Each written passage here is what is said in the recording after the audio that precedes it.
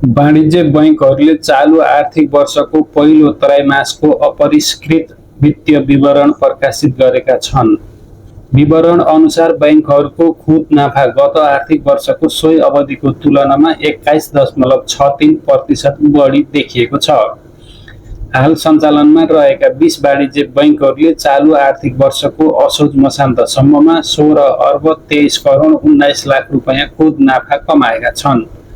गत आर्थिक वर्षको सोही अवधिसम्ममा यी बैंकहरूले 13 अर्ब 34 करोड 48 लाख रुपैयाँ खुद नाफा कमाएका थिए।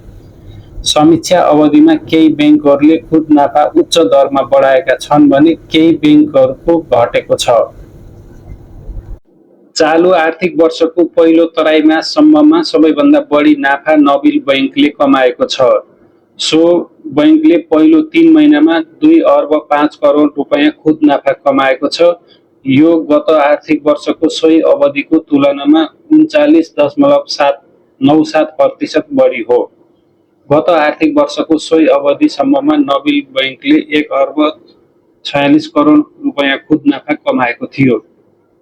त्यस्तै सो अवधिसम्ममा global IME bank, Nepal investment mega bank, prime commercial bank, NMB bank, Everest bank, Kumari bank र पर्वु बैंकले 1 अर्बभन्दा बढी नाफा कमाएका छन्।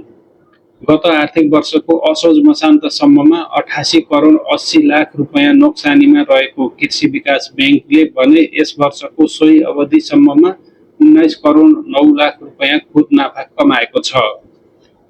असोज मसान्तसम्ममा सबैभन्दा कम नाफा भने एनआइसी एसिया बैंकको रहेको छ। बैंकले सो अवधिसम्ममा 11 करोड 5 लाख रुपैयाँ मात्र नाफा कमाएको छ। गत आर्थिक वर्षको सोही अवधिसम्ममा बैंकले 1 अर्ब 1 करोड रुपैयाँ खुद नाफा कमाएको थियो। समीक्षा अवधिमा बैंकको यस्तो नाफा 89.06% घटेको हो। समीक्षा अवधिमा सिद्धार्थ बैंकको नाफा सबैभन्दा बढी 791.43% बढेको छ।